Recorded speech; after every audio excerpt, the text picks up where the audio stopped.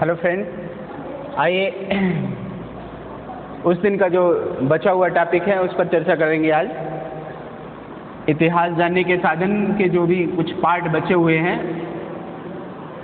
उस पर चर्चा करेंगे। इतिहास जानने के साधन।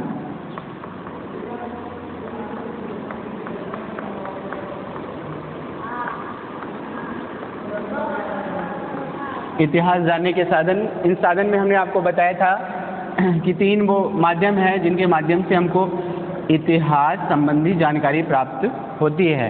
तो पहला माध्यम है साहित्यिक साक्ष्य।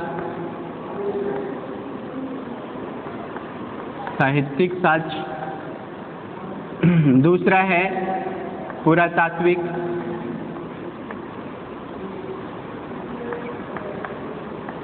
पुरातात्विक साक्ष्य। और तीसरा है विदेशी यात्रा वृत्तांत। ये 3 माध्यम हैं जिनके माध्यम से हमको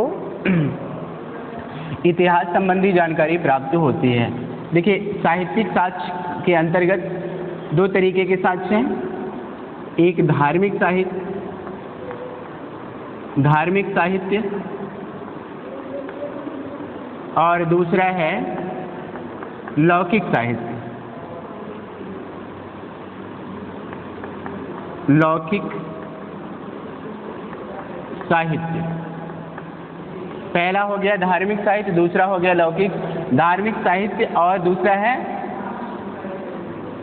धर्मेतर साहित्य।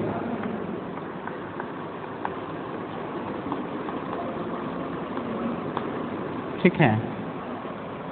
तो साहित्यिक साक्ष्य के अंतर्गत हमने इससे पहले वाले वीडियो में आपको बताया था। धार्मिक साहित्य के अंतर्गत साहित्यिक साक्ष्य में पहला साक्ष्य हमने बताया आपको धार्मिक साहित्य। और धार्मिक साहित्य के अंतर्गत जो हमने बताया आपको, पहला क्या है वेद, दूसरा क्या है, पहला हो गया वेद, दूसरा हो गया ब्राह्मण ग्रंथ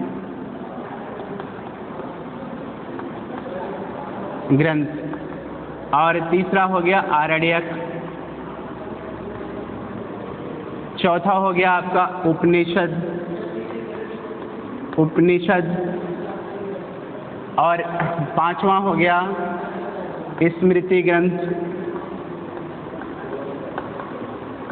6ठा हो गया पुराण। 7वां हो गया महाकाव्य। ठीक है, महाकाव्य आदि ये सारे। और इसमें हमने पहले वाले वीडियो में आपको सिर्फ वेद के बारे में बताया था। जो वेदों की संख्या हमने बताई दी आपको कितनी है, तो वेदों की संख्या 4 है। सबसे प्राचीन वेद कौन सा है, तो सबसे प्राचीन वेद ऋग्वेद। तो इसके बारे में हमने आपको बता दिया। अब आगे चलते हैं, अगला है ब्राह्मण ग्रंथ। बात अगर ब्राह्मण ग्रंथ की जाए, ब्राह्मण ग्रंथ की जाए तो ब्राह्मण ग्रंथ वैदिक वेदों को सम्यक रूप से समझने के लिए ब्राह्मण ग्रंथ की रचना की गई है। तो ब्राह्मण ग्रंथ में ऋग्वेद के 2 ब्राह्मण ग्रंथ हैं। कौन कौन से हैं, तो ऋग्वेद के 2 ब्राह्मण ग्रंथ, इसके 2 ब्राह्मण हैं। कौन कौन से हैं, तो पहला है ऐतरेय ब्राह्मण। यहाँ से जरूर क्वेश्चन पूछा जाते हैं। तो और दूसरा है कौशितकी ब्राह्मण।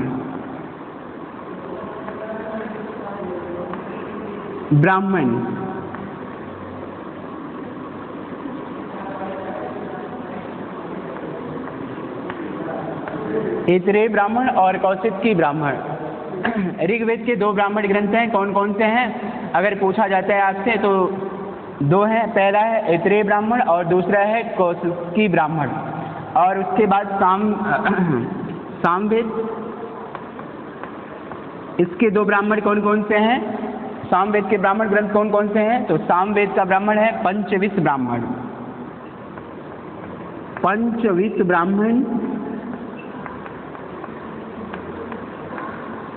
ब्राह्मण और जैमिनी ब्राह्मण। जैमिनी ब्राह्मण, पंचविश ब्राह्मण और जैमिनी ब्राह्मण, ये सामवेद के ब्राह्मण ग्रंथ हैं। और तीसरा है आपका यजुर्वेद। इसके कौन कौन से ब्राह्मण ग्रंथ हैं? तो यजुर्वेद के ब्राह्मण हैं तैत्तिरीय ब्राह्मण, तैत्तिरीय ब्राह्मण, तैत्तिरीय ब्राह्मण, और दूसरा है शतपथ ब्राह्मण, शतपथ ब्राह्मण। ठीक है, यजुर्वेद के ब्राह्मण ग्रंथ पूछेगा तो कौन कौन से हैं? तैत्तिरीय ब्राह्मण और शतपथ ब्राह्मण। उसके बाद आ गया आपका अथर्ववेद। अथर्ववेद के ब्राह्मण ग्रंथ कौन कौन से हैं? तो अथर्ववेद का मात्र एक ब्राह्मण ग्रंथ है। कौन सा है? गोपथ ब्राह्मण। गोपथ एकमात्र ब्राह्मण ग्रंथ है। कौन सा है? तो गोपथ ब्राह्मण। तो यहाँ से जरूर क्वेश्चन पूछा जाएगा। तो अगर यहाँ से क्वेश्चन पूछा जाता है ब्राह्मण ग्रंथ से, तो आप बता सकते हो कि ऋग्वेद के ब्राह्मण ग्रंथ ये है, और सामवेद के ये, और यजुर्वेद के ये, और गोपथ ब्राह्मण, अथर्ववेद के गोपथ ब्राह्मण। ये आप इसका शार्ट स्क्रीन ले सकते हैं। ठीक है, इसका शार्ट स्क्रीन ले सकते हैं। अब आइए आगे बढ़ते हैं।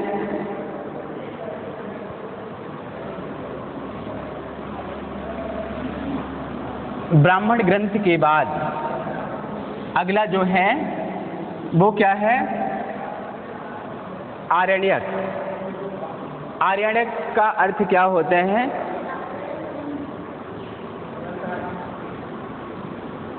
आरण्यक, आरण्यक का अर्थ होता है वन में लिखे गए ग्रंथ। वन में लिखे गए ग्रंथ, अर्थात इसको आरण्यक को वन पुस्तक के नाम से भी जाना जाता था। ठीक है, तो आरण्यक का अर्थ ही होता है वन। तो आरण्यक, वन में लिखे गए ग्रंथ को आरण्यक कहा जाता है। ठीक है, वन में लिखे गए ग्रंथ को क्या कहा जाता है? आरण्यक। इसमें दार्शनिक सिद्धांतों का उल्लेख मिलता है। दर्शन से संबंधित जानकारी कहाँ मिलती है? तो ये आरण्यक ग्रंथ में दर्शन से संबंधित हमको जानकारी मिलती है, ये जानते रहिएगा। अब इसके बाद अगला जो आपका आता है वो क्या है? उपनिषद। क्या है? उपनिषद। उपनिषद, अगर बात की जाए उपनिषद का अर्थ क्या होता है, तो उप का अर्थ होता है समीप। इस शब्द को तोड़ते हैं तो देखिए, उप का अर्थ होता है समीप, और निषद का अर्थ होता है बैठना। निषद का अर्थ क्या होते हैं? तो निषद का अर्थ होता है बैठना, अर्थात इसका अर्थ हो गया गुरु के समीप बैठकर लिया गया ज्ञान। ठीक है, तो ये जानते रहिएगा, जब भी आपसे पूछा जाएगा तो आप ये बता सकते हो। अब यहाँ से अगला ये देखते हैं, उपनिषदों की संख्या कितनी है? लगे हाथ, दो तीन चीज़ों को देख लेते हैं। उपनिषदों की संख्या कितनी है? 108। पुराणों की संख्या कितनी है? 18। वेदों की संख्या कितनी है? 4। वेदांगों की संख्या कितनी है? 6। तो ये सभी जानते रहिएगा, ये सारे इंपॉर्टेंट प्रश्न हैं, यहाँ से हमेशा पूछा जाता है। तो पुराणों की संख्या कितनी है? तो उपनिषद की संख्या कितनी है? 108। उपनिषदों की संख्या कितनी है? तो उपनिषदों की संख्या 108 है। और उपनिषदों में किसका उल्लेख मिलता है? तो उपनिषदों में आत्मा और ब्रह्म का उल्लेख मिलता है। किसका मिलता है? तो आत्मा प्लस ब्रह्म का। आत्मा और ब्रह्म का उल्लेख कहाँ मिलता है? तो आत्मा और ब्रह्म का उल्लेख जो है उपनिषदों में मिलता है। ठीक है, ये जानते रहिएगा। आत्मा और ब्रह्म का उल्लेख कहाँ हुआ है? तो आत्मा और ब्रह्म का उल्लेख जो है उपनिषदों में मिलता है। ठीक है, और उपनिषद किस पर आधारित हैं? तो उपनिषद दर्शन पर आधारित हैं। ठीक है, दर्शन, ये जानते रहिएगा। पूछा जा सकता, आपसे पूछा जा सकता है उपनिषद किस पर आधारित है? तो उपनिषद जो है वो दर्शन पर आधारित है। ठीक है, आइए अब आगे बढ़ते हैं। स्मृति ग्रंथ, स्मृति ग्रंथ में किसका उल्लेख मिलता है? स्मृति ग्रंथ, देखिए अगर बात स्मृति ग्रंथ की जाए तो जो स्मृति ग्रंथ है ये हिंदू धर्म की कानूनी ग्रंथ माने जाते हैं। हिंदू धर्म की कानूनी ग्रंथ माने जाते हैं। नियम कानून संबंधी जितनी भी जानकारी हमें मिलती है वो किस में मिलती है?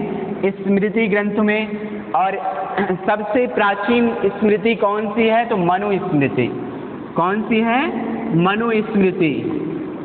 सबसे प्राचीन स्मृति है मनुस्मृति। और अगर एक स्मृतियों से और क्वेश्चन बन सकता है, वो पूछा जा सकता है, स्मृतियों का क्रम पूछा जा सकता है। तो इसका एक ट्रिक है, तो लगे हाथ इस ट्रिक को जान लीजिएगा। मनु याज्ञ नार परा कात्यायन देवल, मनु याज्ञ नार परा कात्यायन देवल, ये इसका ट्रिक है।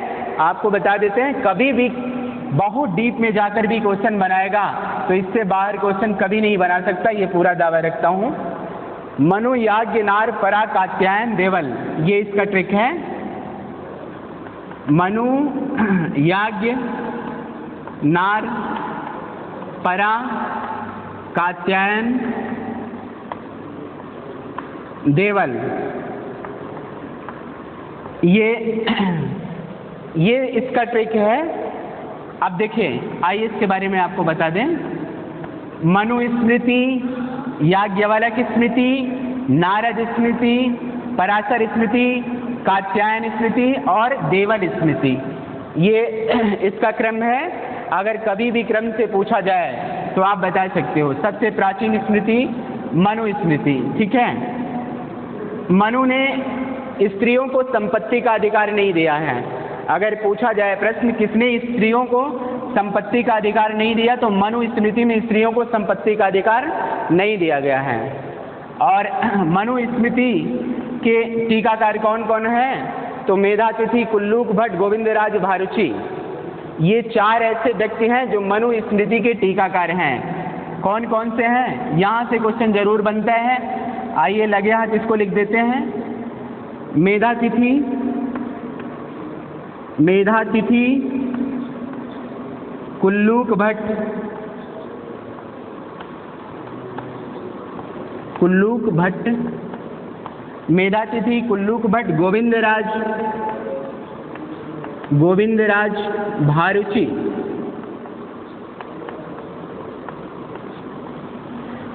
ये चार लोग जो है मनुस्मृति के टीकाकार हैं। ये कभी भी पूछा जा सकता है, बड़ा इंपॉर्टेंट प्रश्न है। इसका शार्ट स्क्रीन ले लीजिएगा। मेधातिथि, कुल्लूक भट्ट, गोविंदराज और ये भारुची, ये चार ऐसे व्यक्ति हैं जिन्होंने मनुस्मृति की टीका लिखी हुई है।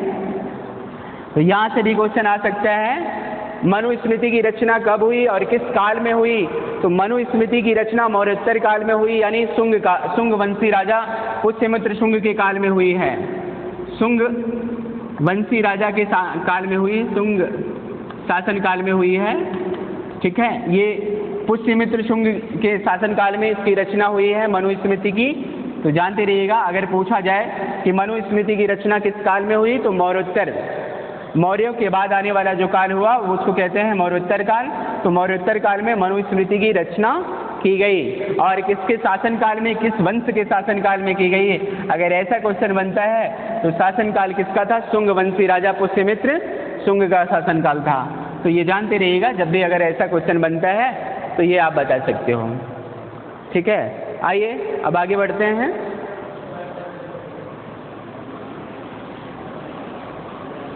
मनुस्मृति के बाद अगला जो है वो है आपका याज्ञवल्क्य स्मृति। याज्ञवल्क्य स्मृति, याज्ञवल्क्य स्मृति, याज्ञवल्क्य स्मृति याज्ञवल्क्य स्मृति में याज्ञवल्क्य ने ही पहली बार स्त्रियों को संपत्ति का अधिकार दिया। सबसे इंपॉर्टेंट प्रश्न यहीं से बनेगा, किसने स्त्रियों को सबसे पहले किसने संपत्ति का अधिकार दिया? ठीक है, तो स्त्रियों को सबसे पहले संपत्ति का जो अधिकार दिया है वो किसने दिया है? याज्ञवल्क्य महोदय ने सबसे पहली बार स्त्रियों को संपत्ति का अधिकार दिया। ये बहुत ही इंपॉर्टेंट प्रश्न है। अगला कि याज्ञवल्क्य स्मृति के टीकाकार कौन कौन हैं? तो याज्ञवल्क्य स्मृति के टीकाकार हैं विज्ञानेश्वर,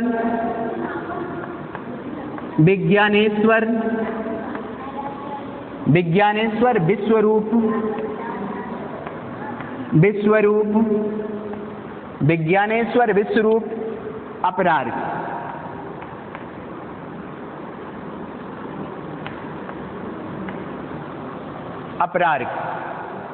ये याज्ञवल्क्य स्मृति के टीकाकार हैं। दोनों स्मृतियों के टीकाकार से क्वेश्चन जरूर बनता है। अगर चाहे मनुस्मृति के टीकाकार के बारे में पूछे, चाहे याज्ञवल्क्य स्मृति के टीकाकार के बारे में पूछे, इसको जानते रहिएगा। ये बहुत ही इम्पोर्टेंट प्रश्न है, यहाँ से जरूर क्वेश्चन बनेगा। तो याज्ञवल्क्य स्मृति के टीकाकार कौन है? विज्ञानेश्वर, विश्वरूप और अपरार्क। इसमें एक क्वेश्चन और थोड़ा सा डीप में चला जाएगा, और डीप में जाएगा तो ये क्वेश्चन बन जाएगा कि इसमें से कौन शिलाहार वंशी राजा है। अगर ऐसा क्वेश्चन पूछा जाता है कि कौन शिलाहार वंशी राजा है, शिलाहार वंशी राजा कौन था? तो शिलाहार वंशी राजा था अपरार्क शिलाहार वंशी राजा था। इसको नोट कर लीजिएगा, यहाँ से जरूर क्वेश्चन बनेगा। ठीक है, अगला है आपका याज्ञवल्क्य के बाद है आपका पराशर स्मृति। ठीक है, अब ये इनके बारे में क्रम पूछे तो आप बता सकते हो। पराशर, फिर कात्यायन और देवल स्मृति, ये दोनों स्मृतियाँ बहुत ही इम्पॉर्टेंट है। अगला है नारद स्मृति। इसमें जरा सा इसके बारे में भी जान लीजिए, नारद स्मृति के बारे में। नारद स्मृति, जहाँ से क्वेश्चन बनेंगे, जिन इन स्मृतियों से उनसे संबंधित जो भी क्वेश्चन बनेंगे सभी पर चर्चा कर लेते हैं। नारद स्मृति में ही पहली बार दासों की मुक्ति का विधान किया गया है। तो यहाँ से अगर क्वेश्चन पूछें कि किसने पहली बार दासों की मुक्ति का विधान किया,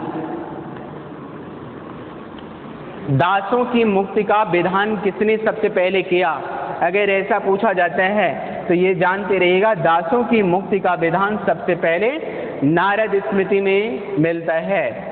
ठीक है, ये जानते रहिएगा। और नारद स्मृति में ही स्वर्ण मुद्राओं को पहली बार किस नाम से संबोधित किया गया है? तो स्वर्ण मुद्रा को नारद स्मृति में क्या कहा गया है? दिनार। क्या कहा जाते हैं? दिनार। ये भी बहुत ही इम्पोर्टेंट प्रश्न है, ये जानते रहिएगा। ठीक है, नारद स्मृति में ही स्वर्ण मुद्रा को दिनार कहा गया और दासों की पहली बार मुक्ति का विधान किया गया। दोनों ही बहुत इंपॉर्टेंट प्रश्न है। तो स्मृतियों से जब भी क्वेश्चन बने, उस समय के ये स्मृतियाँ कानूनी ग्रंथ हुआ करते थे। और स्मृतियाँ किसमें लिखी गई हैं? स्मृतियाँ, ठीक है, तो ये जानते रहिएगा। अब स्मृति ग्रंथों से ये सारे क्वेश्चन हो गए। अब आइए आगे बढ़ते हैं। स्मृति ग्रंथ के बाद है अगला आपका पुराण। तो पुराणों की संख्या कितनी है? तो पुराणों की संख्या है 18। पुराण की संख्या कितनी है? तो पुराणों की संख्या है 18। 18 पुराण है। सबसे प्राचीन पुराणों में किसके बारे में जानकारी मिलती है? तो पुराणों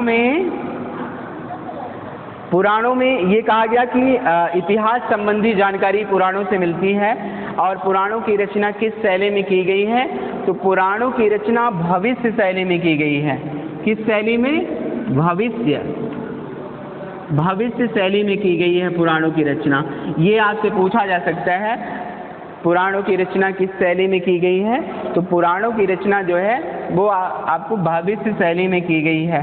पुराणों में भविष्य के बारे में बताने की कला थी, तो ये जानते रहिएगा पुराणों की रचना किस शैली में की गई। सबसे प्राचीन पुराण कौन सा है, अगर ऐसा पूछता है तो ये जान लीजिएगा कि सबसे प्राचीन पुराण मत्स्य पुराण है।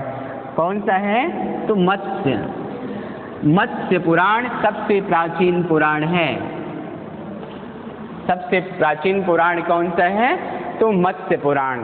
ठीक है, वैसे पुराणों की संख्या तो 18 है, लेकिन 10 पुराण जो हैं वो विशेष मायने रखते हैं, उसका विशेष रूप से उल्लेख किया जाता है। ईश, कठ, केन, मुंडक, प्रश्न, मांडूक्य, बृहदारण्यक और तैत्तिरीय, ये सब सारे जो है। तो मत्स्य पुराण सबसे प्राचीन पुराण अगर पूछे कौन सा है, तो मत्स्य पुराण।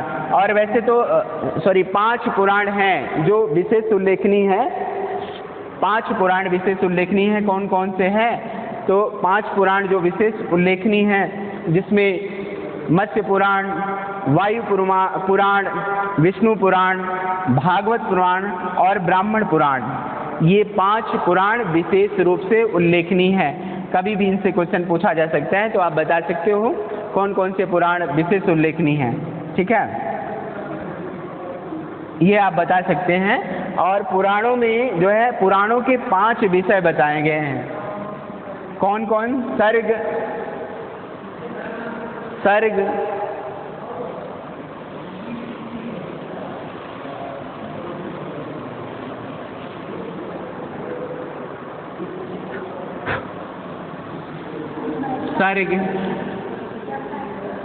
प्रतिसर्ग, वंश,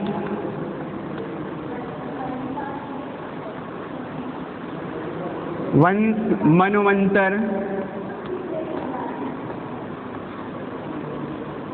वंशानुचरित,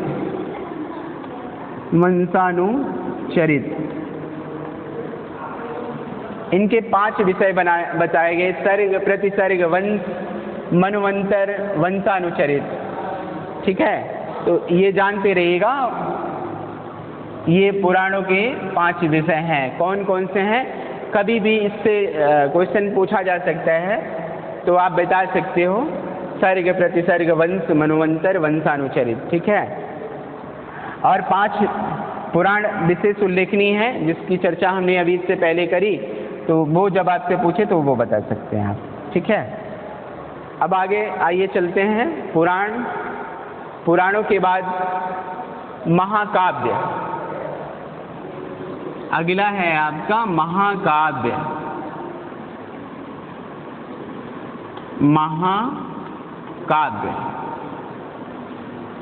अगला क्या है, तो अगला है आपका महाकाव्य।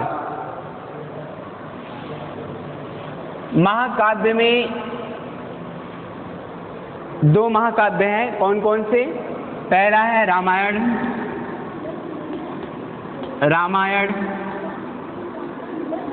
और दूसरा है महाभारत।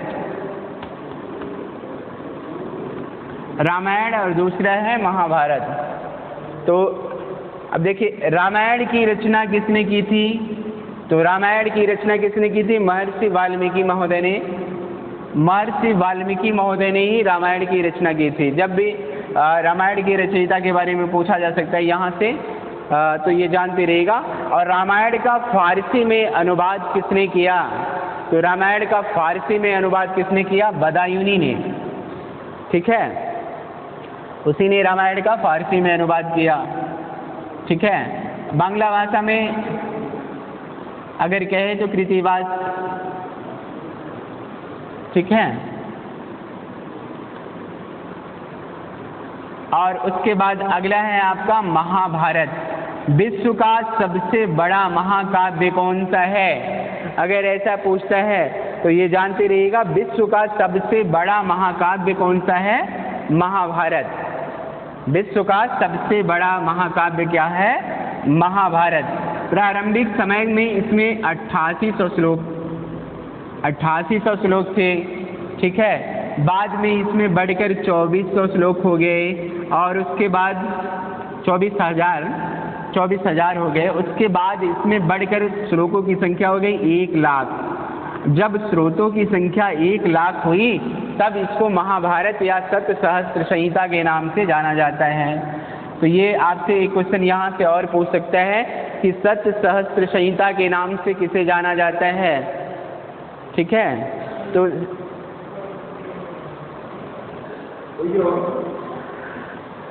ठीक है, तो जब 1 लाख स्रोतों की संख्या हुई तो इसे किस नाम से संबोधित किया गया, तो इसे सत सहस्त्र संहिता के नाम से जाना जाता है। तो ये जानते रहिएगा, ये भी क्वेश्चन पूछा जाता है कि सत सहस्त्र संहिता के नाम से किसे जाना जाता है या जय संहिता के नाम से किसे जाना जाता है, तो महाभारत को जाना जाता है, ठीक है। इससे भी इतिहास संबंधी जानकारी प्राप्त होती है। महाभारत में कितने पर्व का उल्लेख मिलता है, तो 18 पर्व का, 18 पर्व का उल्लेख मिलता है, जिसमें छठा पर्व भीष्म पर्व के नाम से जाना जाता है, ठीक है। ये जानते रहिएगा, जब भी पूछा जाए तो आप बता सकते हैं, ठीक है। ये तो आपके हो गए धार्मिक ग्रंथ। अब आगे बढ़ते हैं धर्मेत्तर ग्रंथ या धर्मेत्तर साहित्य। धर्मेत्तर साहित्य,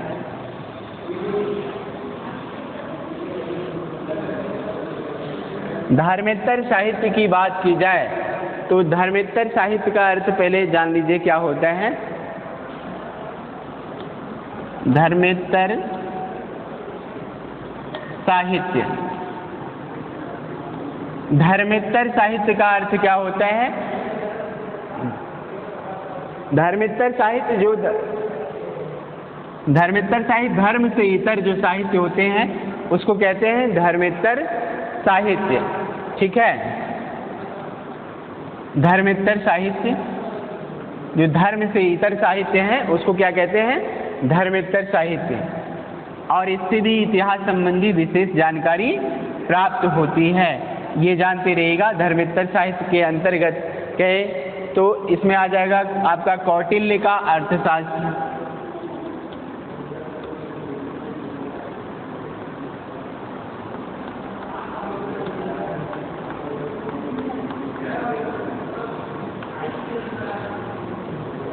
ठीक है।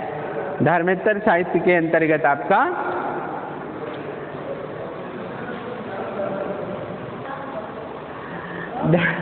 धर्मेत्तर साहित्य के अंतर्गत पहला हो जाएगा आपका कौटिल्य का अर्थशास्त्र।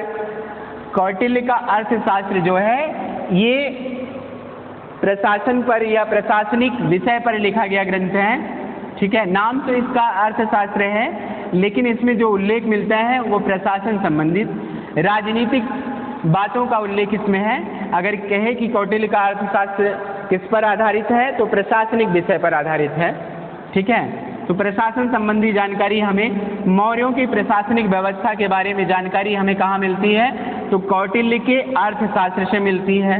कौटिल्य द्वारा लिखित जो अर्थशास्त्र है ये कितने भागों में विभाजित है, तो ये 15 भागों में विभाजित है। पूछा जा सकता है कितने भाग में विभाजित है, 15। और उपभाग कितने हैं, तो 180 उपभाग हैं, ठीक है। 180 उपभाग और भाग कितने हैं, 15। भाग कहे चाहे अधिकरण कहे कोई दिक्कत नहीं है, 15 अधिकरणों में ये विभाजित है। और इसकी खोज किसने की थी, तो अर्थशास्त्र की खोज की थी आर्यसाम शास्त्री ने, आर्यसाम शास्त्री महोदय ने इसकी खोज की थी। ये थोड़ा सा डीप में जाएगा तो पूछ सकता है खोज कब की गई है, 1905 में। 1905 में अर्थशास्त्र की खोज की गई है और प्रकाशित कब किया गया, 1909 में, ठीक है। तो ये आर्यसाम शास्त्री महोदय ने इसे खोजा और इसका अर्थशास्त्र का अंग्रेजी में अनुवाद किसने किया है, तो जाली महोदय ने। जाली महोदय ने इसका अंग्रेजी में अनुवाद किया है, ये जानते रहिएगा। यहाँ से इससे बाहर अब क्वेश्चन आएगा नहीं। तो अर्थशास्त्र में ही राज्य के सप्तांग का उल्लेख मिलता है। राज्य को चलाने के लिए 7 जरूरी अंगों का उल्लेख कहाँ मिलता है? अगर ऐसा पूछता है तो राज्य के सप्तांग सिद्धांत का उल्लेख अर्थशास्त्र में लिखा है। कौटिल्य द्वारा रचित अर्थशास्त्र में राज्य के सप्तांग सिद्धांत का उल्लेख मिलता है।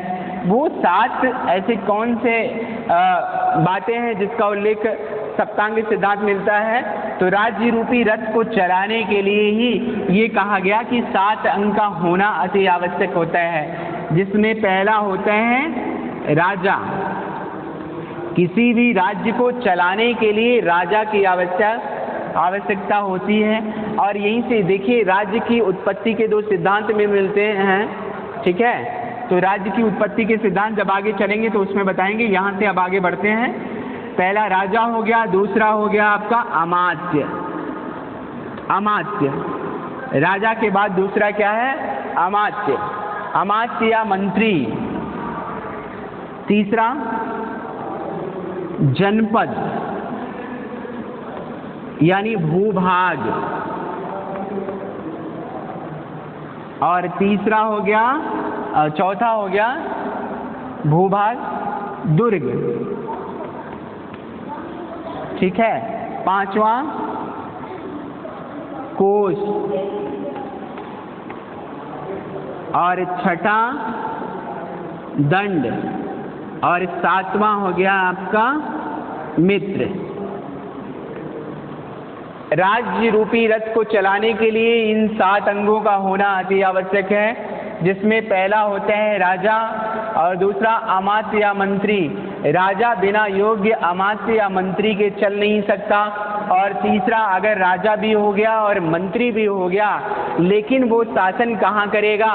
तो इसके लिए उसको भूभाग की जरूरत पड़ेगी, यानी उसका एक निश्चित क्षेत्र होगा जहाँ पर राजा शासन करेगा। और जो उसका निश्चित क्षेत्र है वो क्षेत्र कहाँ तक है, उसके लिए उस क्षेत्र का दुर्गीकरण करना पड़ेगा, ठीक है। तो उसके लिए दुर्ग का निर्माण करना पड़ेगा। और दुर्ग के निर्माण के लिए या इन सभी शासन को चलाने के लिए किसकी आवश्यकता पड़ेगी? कोष की, यानी अर्थ की, रुपये पैसे की जरूरत पड़ेगी। और अगला हो गया, जब रुपया पैसा भी हो जाएगा तो उसके बाद उसकी सुरक्षा के लिए क्या किया जाएगा? पुलिस प्रशासनिक व्यवस्था की स्थापना यानी दंड व्यवस्था की स्थापना की जाएगी। और फिर राजा का एक सहयोगी भी तो होना चाहिए, जिससे वो अपने सुख दुख की बातें शेयर करे और सुख दुख में अपना सपोर्ट उससे ले सके। तो उसके लिए मित्र की आवश्यकता होती है। तो ये 7 जरूरी जो सप्तांग सिद्धांत दिए ने कौटिल्य ने अर्थशास्त्र में, जिसके बारे में बताया, तो ये आपसे सप्तांग सिद्धांत भी कभी पूछा जा सकता है। तो लगे हाथ हमने इसके बारे में भी आपको बता दिया, ठीक है। आइए अब आगे बढ़ते हैं। कौटिल्य द्वारा लिखित अर्थशास्त्र, उसके बाद अगला है आपका मुद्रा राक्षस। मुद्रा राक्षस अगर कहें मुद्रा राक्षस किसकी रचना है? मुद्रा राक्षस, मुद्रा राक्षस किसकी रचना है? तो मुद्रा राक्षस विशाख दत्त की रचना है। किसकी है? विशाख दत्त की। विशाख दत्त ने 2 ग्रंथ लिखे। कौन कौन से लिखे? एक तो मुद्रा राक्षस, दूसरा देवी चंद्रगुप्तम। मुद्रा राक्षस, दूसरा देवी चंद्रगुप्तम।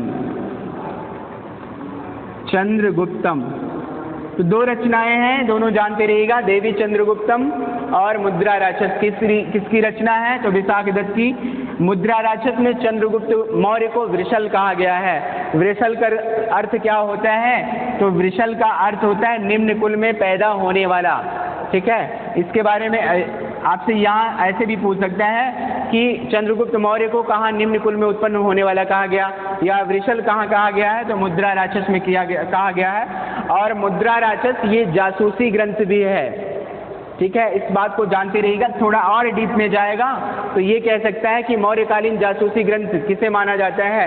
तो इसी को माना जाता है, मुद्रा राक्षस को ही। जो ये विशाख दत्त की रचना है मुद्रा राक्षस, इसे मौर्यकालीन जासूसी ग्रंथ के नाम से भी जाना जाता है। अगला है देवी चंद्रगुप्तम। देवी चंद्रगुप्तम में किसका उल्लेख मिलता है? तो देवी चंद्रगुप्तम में जो है गुप्तवंशी शासक, एक निर्बल शासक होता है जिसका नाम होता है रामगुप्त। तो रामगुप्त की ऐतिहासिकता के बारे में जानकारी हमें कहाँ से प्राप्त होती है? तो रामगुप्त की ऐतिहासिकता के बारे में जानकारी हमें देवी चंद्रगुप्तम जो विशाख दत्त की रचना है इससे प्राप्त होती है। ये जानते रहिएगा, कभी भी पूछा जा सकता है। अब आगे बढ़िए। पृथ्वीराज रासो, पृथ्वीराज रासो किसकी रचना है? तो पृथ्वीराज रासो चंदबरदाई की रचना है। पृथ्वीराज रासो, पृथ्वीराज रासो किसकी रचना है? तो पृथ्वीराज रासो चंदबरदाई की रचना है। चंदबरदाई जो कि किसका दरबारी कवि था? तो चंदबरदाई जो है ये पृथ्वीराज चौहान का दरबारी कवि था। इसी ने पृथ्वीराज चौहान के बारे में लिखा। एक जो कविता मिलती है कि जिसमें ये कहा इसने कि 4 गज 24 अंगुल अष्ट प्रमाण का ऊपर सुल्तान है मस्त चुको चौहान। तो इसके बारे में कहाँ उल्लेख मिलता है? तो ये कहा गया कि चंदबरदाई ने ही इसका उल्लेख किया। तो चंदबरदाई ने ही पृथ्वीराज चौहान के बारे में विशेष उल्लेख किया है। तो ये जानते रहिएगा, पृथ्वीराज चौहान के इतिहास का विशेष उल्लेख कहाँ मिलता है? तो पृथ्वीराज रासो में मिलता है, क्योंकि उसका दरबारी कवि था चंदबरदाई, उसी ने लिखा था इसको, इसलिए उसके बारे में उसके इतिहास से संबंधित जो भी जानकारी हमें कहाँ मिलती है तो आप पृथ्वीराज रासो बता सकते हैं।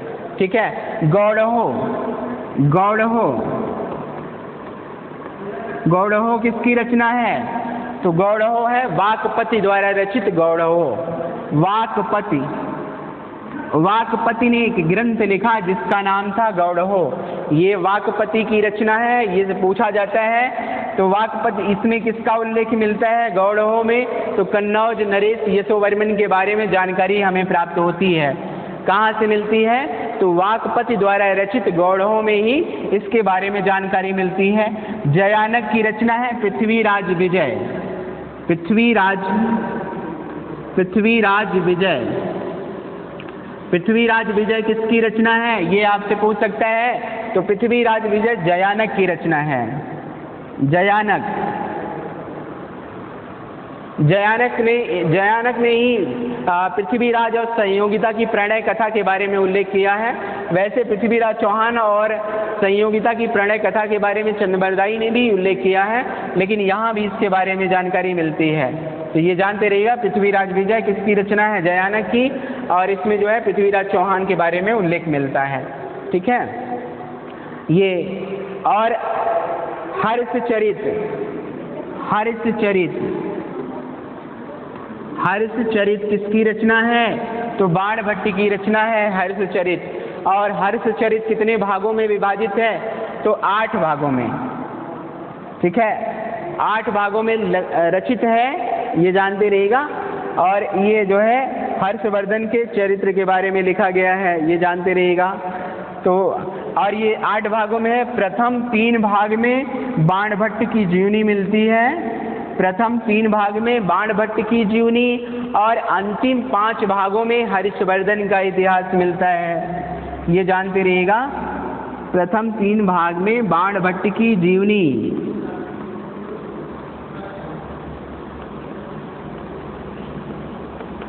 और अंतिम 5 भाग में जो है, अंतिम 5 भाग में किसका उल्लेख मिलता है? तो ये जानते रहिएगा, हर्षवर्धन के बारे में, हर्षवर्धन के बारे में जानकारी प्राप्त होती है, ये जानते रहिएगा। इसमें पूछा जा सकता है।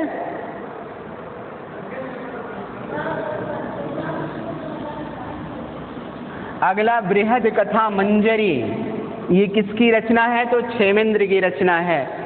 बृहद कथा मंजरी,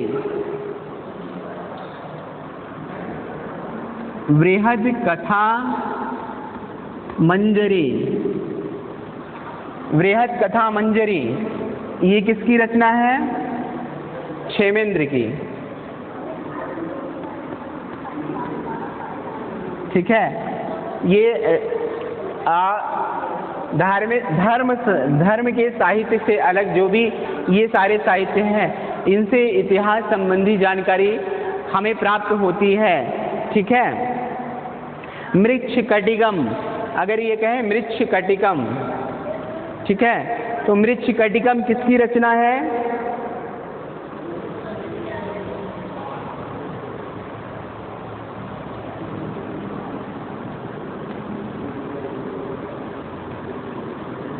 मृच्छकटिकम, ये किसकी रचना है? शूद्रक की। शूद्रक ने लिखा मृच्छकटिकम। मृच्छकटिकम का अर्थ क्या होता है? ये देखिए, एक यहाँ से बड़ा अच्छा क्वेश्चन बनता है कि मृच्छकटिकम का अर्थ क्या होता है। तो मृच्छकटिकम का अर्थ होता है मिट्टी की बैलगाड़ी। मृच्छकटिकम का अर्थ क्या होता है? तो मृच्छकटिकम का अर्थ होता है मिट्टी की बैलगाड़ी। ठीक है, ये गुप्तकालीन एकमात्र दुखांत नाटक है, ये जानते रहिएगा। अगर पूछे तो आप बता सकते हो मृच्छकटिकम के बारे में। विक्रमांक देवचरित, विक्रमांक देवचरित किसकी रचना है? विक्रमांक देवचरित, विक्रमांक देवचरित किसकी रचना है? तो विल्हड़ की रचित विक्रमांक देवचरित। विल्हड़ रचित विक्रमांक देवचरित में विक्रमादित्य के बारे में उल्लेख मिलता है। ठीक है, कुमारपाल चरित, कुमारपाल चरित में कुमारपाल के बारे में जानकारी मिलती है। ठीक है, तो ये सारे जो ग्रंथ हैं ये धार्मिकतर साहित्य हैं, इनसे भी इतिहास संबंधी हमें विशेष जानकारी प्राप्त होती है। अब आइए थोड़ा सा दो और ऐसे धार्मिक ग्रंथ हैं जिनसे हमको इतिहास से संबंधित जानकारी प्राप्त होती है। वो कौन कौन से धार्मिक ग्रंथ हैं? जैन धर्म और बौद्ध धर्म। जैन धर्म तथा बौद्ध धर्म।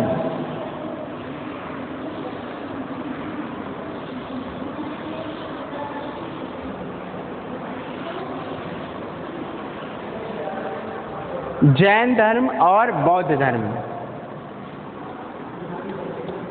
जैन धर्म, ठीक है, तो जैन धर्म की बात करें तो जैन धर्म से भी इतिहास के बारे में उल्लेख मिलता है। जैसे जैन धर्म के परिशिष्ट पर्वन से, जैन धर्म के परिशिष्ट पर्वन में भी इतिहास की बहुत सारी बातों का उल्लेख मिलता है। ठीक है, और बौद्ध ग्रंथ, बौद्ध ग्रंथ की बात करें तो बौद्ध ग्रंथ में सुत्त पिटक, विनय पिटक और अभिधम पिटक। सुत्त पिटक, विनय पिटक, अभिधम पिटक।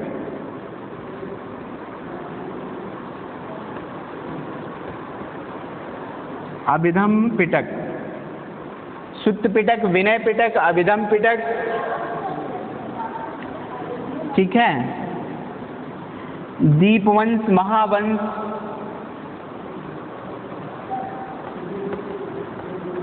महावंश, जातक ग्रंथों से, जातक ग्रंथों से आज से। ठीक है, सुत्त पिटक, विनय पिटक में किसका उल्लेख मिलता है? तो बौद्ध धर्म के आचार विचार और नियम संबंधी जानकारी हमें यहाँ से प्राप्त होती है। और अभिधम पिटक में किसका उल्लेख मिलता है? तो दार्शनिक, बौद्ध धर्म के दार्शनिक सिद्धांत का उल्लेख कहाँ मिलता है? तो अभिधम पिटक में मिलता है। और सुत्त पिटक में किसका उल्लेख मिलता है? बौद्ध धर्म के धार्मिक सिद्धांतों का उल्लेख हमें सुत्त पिटक में मिलता है।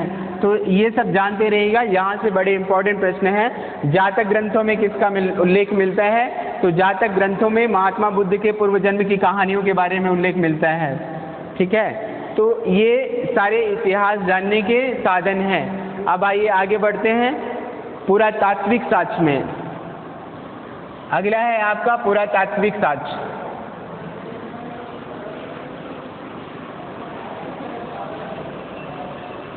पुरातात्विक साक्ष्य,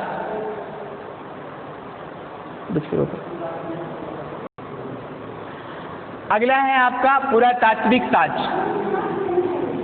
पुरातात्विक, पुरातात्विक साक्ष्य। ठीक है, पुरातात्विक साक्ष्य बात करें। पुरातात्विक, पुरातात्विक को कहते हैं पुरातन ज्ञान। पुरातात्विक साक्ष्य का अर्थ क्या होता है? तो पुरातात्विक साक्ष्य का अर्थ होता है पुरातन ज्ञान। पुरातन ज्ञान का अर्थ होता है जमीन के अंदर जो भी चीजें छिपी हुई है, जब हम उनको खुदाई के माध्यम से प्रकाश में लाते हैं और उससे जो है इतिहास संबंधी जानकारी मिलती है, उसी को हम कहते हैं पुरातात्विक साक्ष्य। ठीक है, जब इतिहास का लिखित विवरण नहीं था, जिस समय इतिहास के बारे में लेखन कला का विकास नहीं हुआ था, तो ऐसी अवस्था में इतिहास के बारे में हमको जानकारी कहाँ से मिलती है? तो इसी के माध्यम से इतिहास के बारे में हमको जानकारी मिलती थी।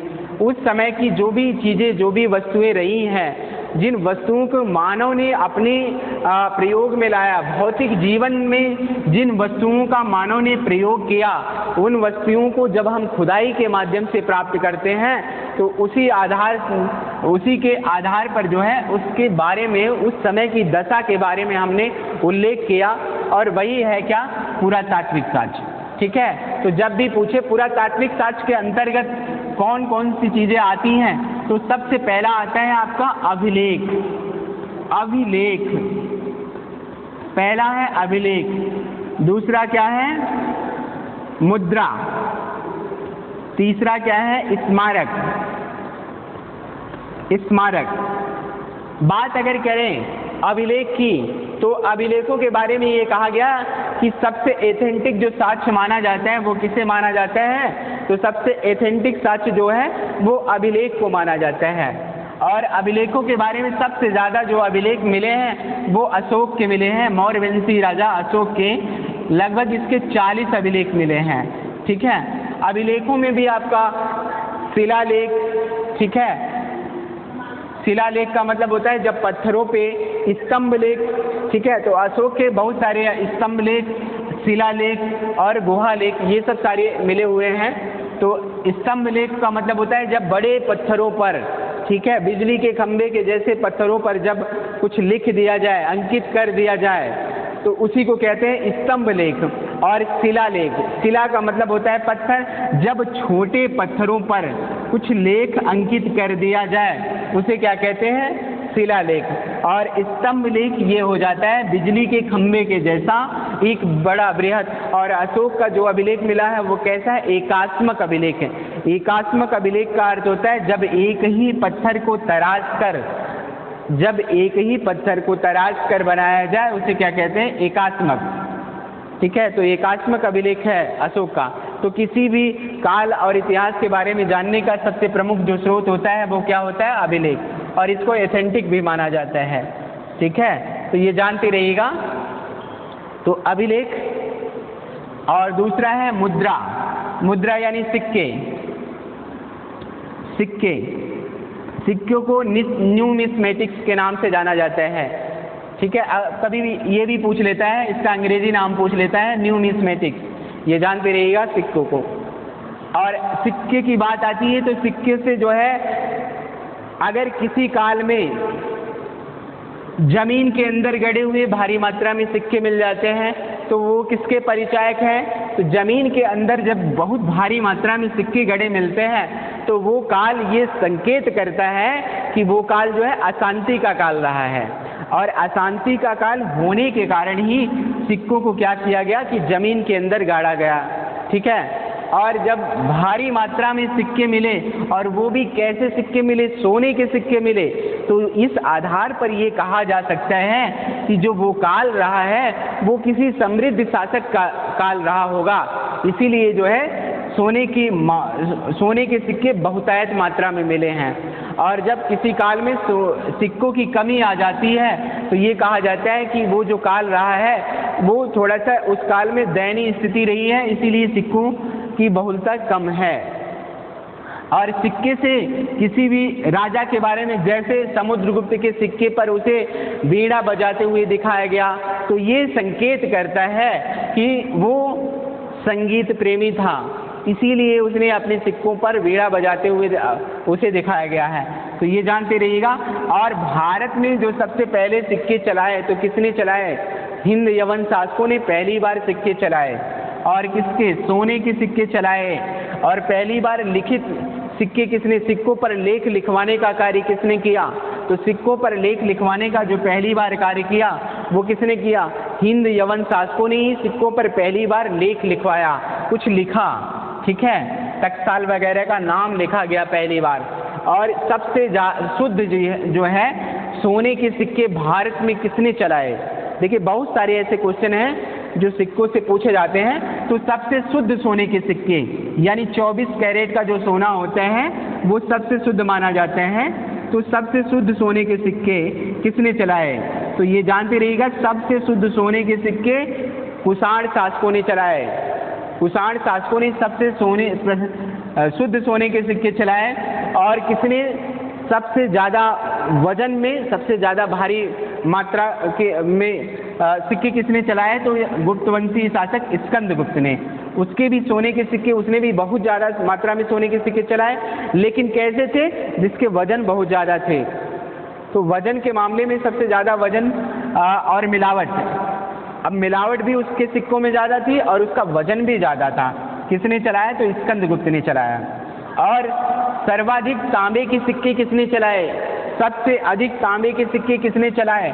अगर ऐसा क्वेश्चन पूछा जाता है तो सबसे अधिक तांबे के सिक्के जो है वो कुषाण शासकों ने चलाए।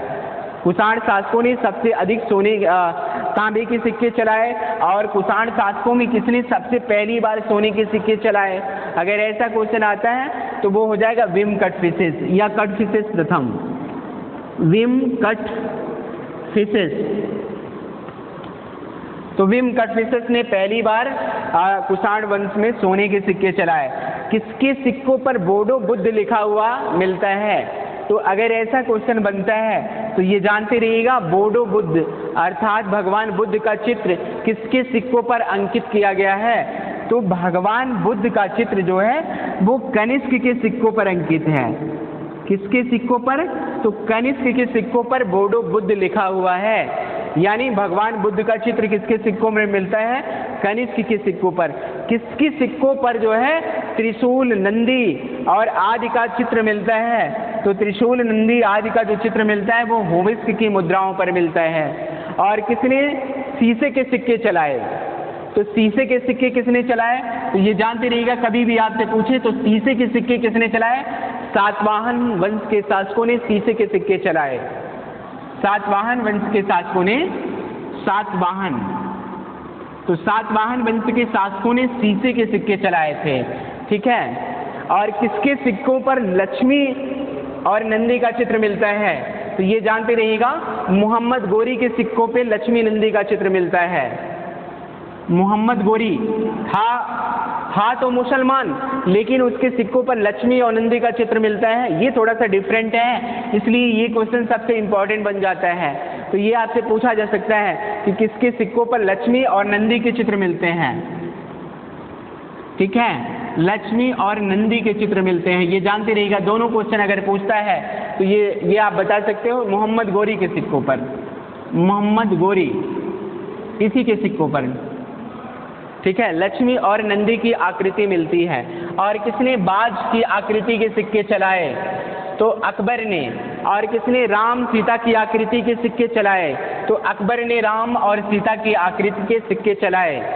राम और सीता, राम सीता की आकृति के सिक्के किसने चलाए? तो राम और सीता की आकृति के सिक्के किसने चलाए थे? अकबर ने चलाए थे। तो सिक्कों से जब भी क्वेश्चन पूछे तो ये सारे इंपॉर्टेंट प्रश्न हैं, ये सभी जानते रहिएगा। आपसे सिक्कों से पूछा जाएगा तो बता सकते हैं। और किसी भी शासक के बारे में या किसी से संबंधित जो भी इतिहास है हमको सिक्कों से भी पता चलता है। और तीसरा है आपका स्मारक। स्मारक में आपका आ जाएगा चैत्य आ जाएंगे, बिहार आ जाएंगे, मंदिर आ जाएंगे और मूर्तियां आ जाएंगी। तो चैत्य, बिहार, मंदिर, स्तूप और मूर्तियां, ये सभी जो है आपके स्मारक के अंतर्गत आएंगे। चैत्य किसे कहा जाता है? तो चैत्य जब चिता के भस्म अवशेषों पर किसी का निर्माण करा दिया जाता है तो उसे कहा जाता है चैत्य। महात्मा बुद्ध के चिता के अस्थि अवशेषों पर जब निर्माण, पूजा के निमित्त निर्माण कराया तो उसी को कहा गया चैत्य। और यहाँ से चैत्य बनाने की परंपरा का प्रारंभ हो जाता है। बिहार क्या होता है? बिहार बौद्ध भिक्षुओं के रहने का निवास स्थान होता है। और मंदिर ये हिंदू धर्म के पूजा के निमित्त बनाए जाते हैं। और उसके बाद स्तूप स्तूप क्या होता है? स्तूप बौद्ध धर्म में पूजा के निमित्त बनाया जाता है। जैसे हिंदू धर्म में मंदिर बनाया जाता है, वैसे ही बौद्ध धर्म में स्तूप का निर्माण किया जाता है। मूर्तियाँ, ठीक है, मूर्तियों के बारे में ये कहा जाता है, बहुत सारे यक्ष यक्षिणी और बहुत सारे देवी देवताओं की मूर्तियाँ बनाई जाती हैं, ठीक है। चोलों के बारे में ये कहा जाता है, चोलों के समय में नटराज की प्रतिमा बनाई गई थी। नटराज की प्रतिमा किसकी थी? तो नटराज भगवान शंकर की प्रतिमा थी। किसकी बनाई गई थी? तो कांस्य की बनाई गई थी। तो इन सभी से भी इतिहास संबंधी जानकारी प्राप्त होती है। और अगला है आपका विदेशी वृत्तांत। विदेशी वृत्तांत,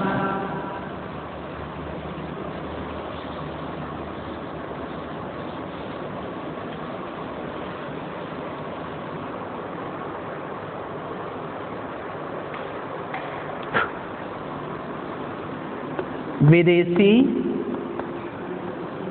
वृत्तांत, विदेशी वृत्तांत। अगर बात करें विदेशी वृत्तांत, तो कुछ ऐसे विदेशी इतिहासकार भारत में आए जिन्होंने जो है इतिहास के बारे में विशेष उल्लेख किया, जिसमें अरबी इतिहासकार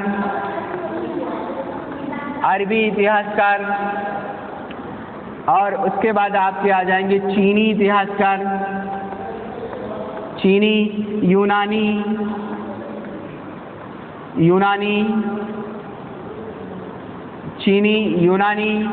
आदि। अरबी इतिहासकारों में बात करें तो अरबी इतिहासकारों में सुलेमान अल मसूदी, इब्न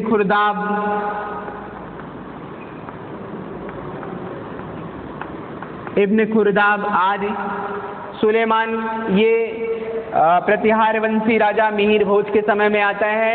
ये घोड़े का व्यापारी था, अरबी घोड़े का व्यापारी होता है। ये मिहिर भोज के समय में आया। इसने मिहिर भोज के बारे में उल्लेख किया और ये कहा कि प्रतिहारों को कहा ये इस्लाम के सबसे बड़े शत्रु हैं और मुसलमानों का सबसे ज़्यादा विरोध किसने किया है? तो प्रतिहार वंश के शासकों ने किया है। सुलेमान ने उसके बारे में उल्लेख किया। अल मसूदी ये महिपाल प्रथम के समय में आया था। इसने गुर्जरों को अल गुर्जर और शासक को बौरा कहा है। इब्न खुर्दाब, इसने भी इनके बारे में विशेष उल्लेख किया। चीनी इतिहासकारों की बात करें तो चीनी इतिहासकारों में फाइयान, इतसिंग, मातवालिन, वेनसांग जैसे इतिहासकार भारत में आए और उन्होंने विशेष रूप से उल्लेख किया। और यूनानी इतिहासकारों की बात करें तो बहुत सारे यूनानी इतिहासकार, जैसे सिकंदर के साथ आने वाले यूनानी इतिहासकार नियार्कस, अरिस्टोक्रेस, अरिस्टोबुलस जैसे इतिहासकार भारत में आए और उन्होंने बहुत सारे जो है यहाँ के बारे में उल्लेख किया, ठीक है। तो ये सारे विदेशी जो इतिहासकार हैं। और जिसमें उसके बाद देखते हैं अल बरूनी जिसने ग्रंथ लिखा, ये महमूद गजनबी के साथ भारत में आया था, जिसने 17 बार आक्रमण किया था। तो मैं अल बरूनी ने ग्रंथ लिखा जिसका नाम था तहकीक ए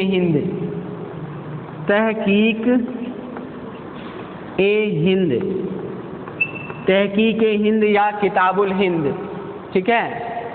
तहकीक ए हिंद या किताबुल हिंद ग्रंथ लिखा अल बरूनी ने। तो आपसे पूछा जा सकता है कि तहकीक हिंद या किताबुल हिंद किसकी रचना है? तो अल बरूनी की है। तो इसमें जो है अल बरूनी ने भारत के बारे में विशेष रूप से उल्लेख किया। ये ज्योतिष विद्या के बारे में जानता था, फारसी भाषा का ज्ञाता था, नक्षत्र शास्त्र के बारे में जानता था। तो इन सभी के बारे में इसने विशेष रूप से उल्लेख किया। और इसके बारे में एक क्वेश्चन और थोड़ा सा डीप में जाएगा तो बहुत अच्छा क्वेश्चन बन सकता है यहाँ से कि अल बरूनी ने जो तहकीक हिंद लिखा, इसका मूल नाम क्या है? अगर इसका मूल नाम पूछे तो इसका मूल नाम हो जाएगा मीन ए मकाला। क्या नाम था? तो मीन ए मकाला। इसके मूल ग्रंथ का नाम क्या था? तो इसके मूल ग्रंथ का नाम था मीन ए मकाला, ठीक है। तो उसके बाद भी बहुत सारे ऐसे इतिहासकार आए, विदेशी इतिहासकार, जैसे इसके बाद आपका इब्न बतूता जिसने लिखा रेहला, उसके बाद इसके बाद नुनीज, अब्दुल रज्जाक, बहुत सारे ऐसे इतिहासकार आए जिन्होंने भारत के बारे में विशेष रूप से उल्लेख किया। तो ये सब सारे इतिहास जानने के माध्यम हैं। ये आज का टॉपिक यहीं पर फिनिश होता है। आज के लिए इतना ही, धन्यवाद।